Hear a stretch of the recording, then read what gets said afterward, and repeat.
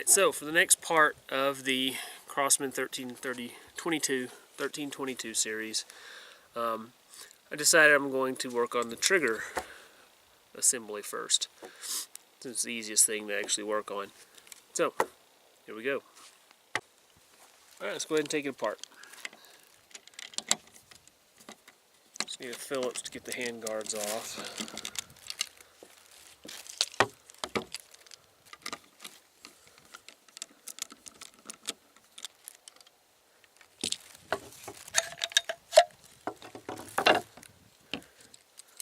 Then you need a 1/16 Allen key to get this plate cover off.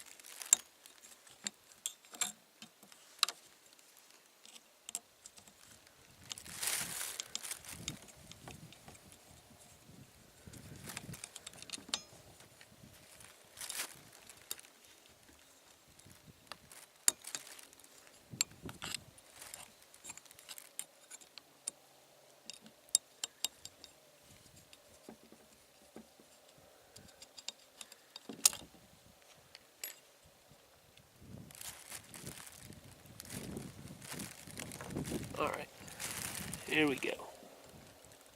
Get the trigger out, pin, and it has a little flex washer to hold that on in there. Uh-oh. Looks like the ball bearing for my safety came out. I have to fix that later. Alright, get the spring off.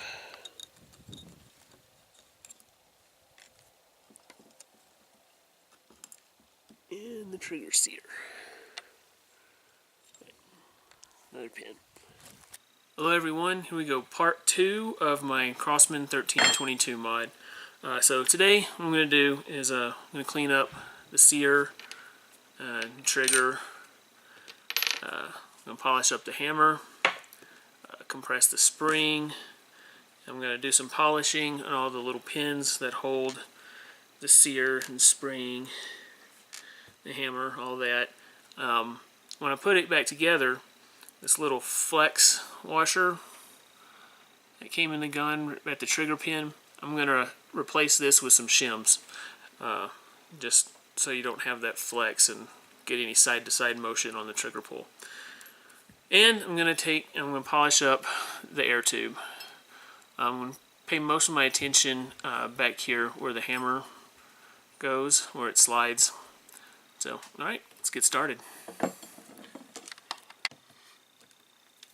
Okay, here we go. Start with the trigger. I'm going to leave a little tab on the front because it doesn't bother me. I'm fine with it. So I'm just going to polish up, clean up this back side.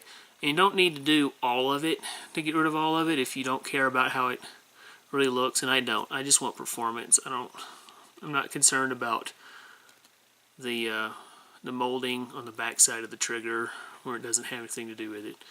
So I'm just going to clean up this part where it contacts the sear.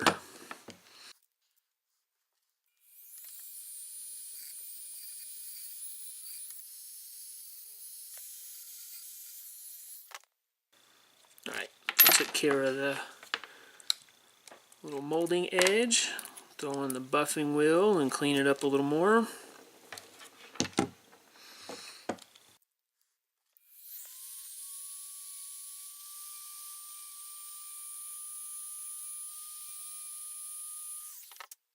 Alright, there we go. Got that little edge off. Smooth it out where the sear is going to ride. Alright, now we're going to go for the sear. I'm just going to do the underside where it rides on the trigger.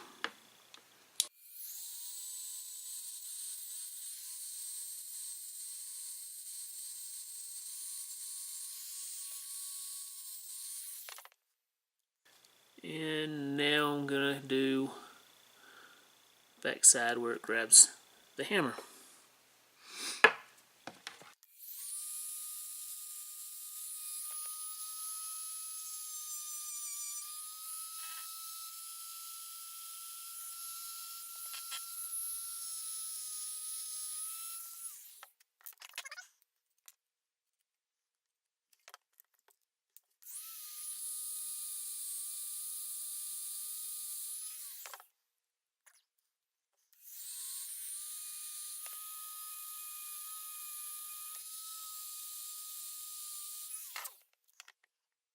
Alright, there we go.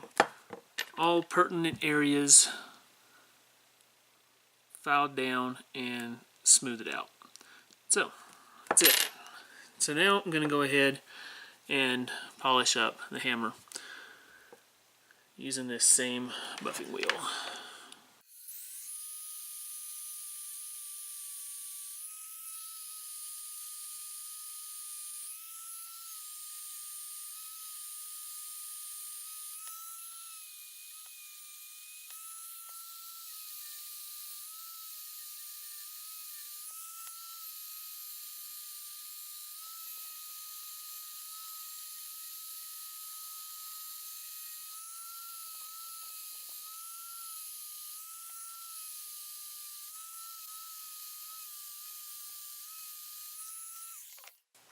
Alright, there we go. Now I'm going to work on, since I don't have a tool small enough to go into the hinge holes of the sear in the trigger or anything else, all these little pins I'm just going to hold with my pliers here and buff them up a little.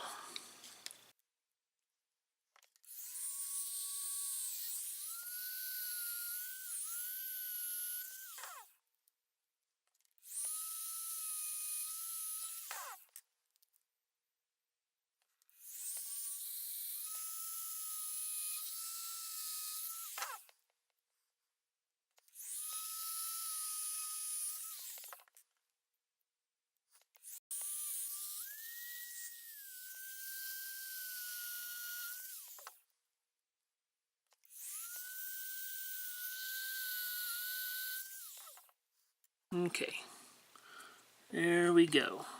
Pins, hammer, sear, trigger, all polished up a bit. It's just the pin to go in the hammer to slides in that groove for cocking the pistol. Alright, and then the spring, I'm just going to hold it and compress it and squeeze it down flat, hold it for a bit, and release it. And what that does is it just softens the spring up a little bit. It's supposed to make the trigger pull just a tad bit lighter. The air tube. It's got some steel wool on a dowel. It's going to stick it in here and run it through. Let it spin for a bit. Just try and polish it up a little. There's not any burrs that I could tell on the inside of this tube. It's already well made. I'm just going to tightly fit this in there, hopefully. And then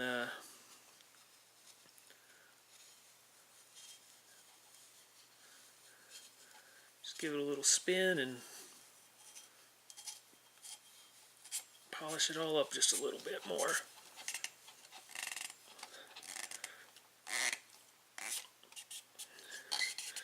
Okay, so that's it. Just get the dowel with my steel wool inside there. Just gonna run my drill.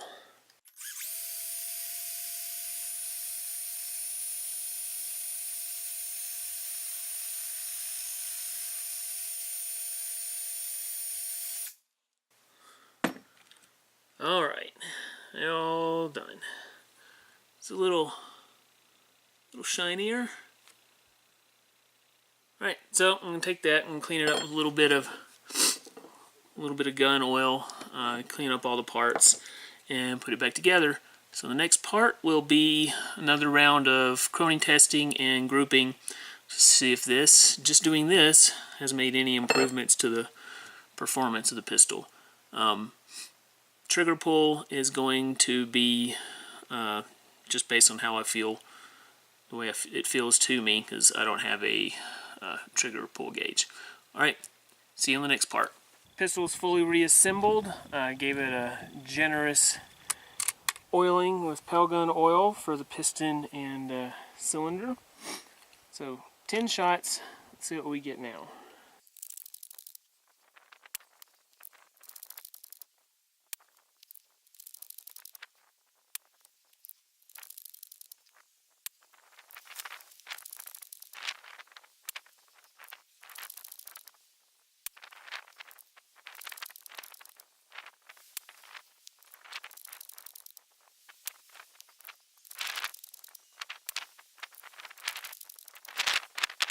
Alright, I want to conclude this video with a wrap up of everything I've done so far.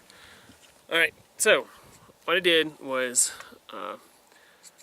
clean up the edge, the molding on the trigger where it contacts the sear, the underside of the sear where it contacts the trigger, and where the sear grabs the hammer. And I polished up the hammer, compressed the trigger spring, the sear spring, made it a little softer. Trigger pull is much better. Barely pulling it now. I have to guess, I'm saying it's under a pound. I think it's about 10 to 12 ounces now. It's really, really light. No grinding, very smooth. So that is a great improvement. And I also polished up the length of the air tube, paying careful attention to back here where the hammer slides.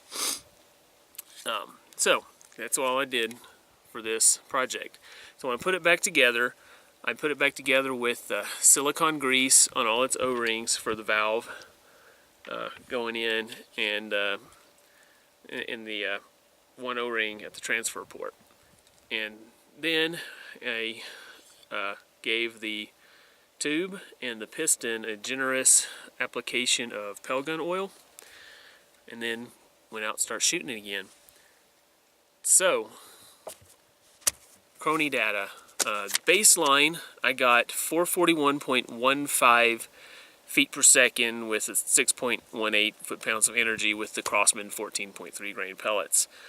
Gave me a spread of 20.4 FPS and a standard deviation of 5.97. After doing all that work, we got the feet per second up to 455.47. It's an improvement of 14.32 FPS on the average. So the energy went up to 6.59, an increase of 0.41 foot-pounds. Got a spread of 11.3. That's a reduction in spread of 9.1 feet per second. And standard deviation dropped to 3.76, which is an improvement of 2.21. So just polishing that tube up and the hammer reduced the resistance on the hammer so it could strike the valve stem harder and open the valve just a little bit more. And it was able to, that and I believe the polishing of the tube along with the stock piston when properly oiled gives a much better seal now that it's smoother than from factory. So in combination of all that, a over 14 feet per second improvement, that's a big plus from not changing any parts, just polishing up the stock gun. So that's it for this video, and see you in the next part, which I believe I'm going to go ahead and do the steel receiver. I'm going to do it, install the steel breech, and possibly an extended bolt probe and new bolt handle. I think that's all I'm going to do for the next part. We'll see, I might do extra. Depends on when I get my parts. Alright, see you next time.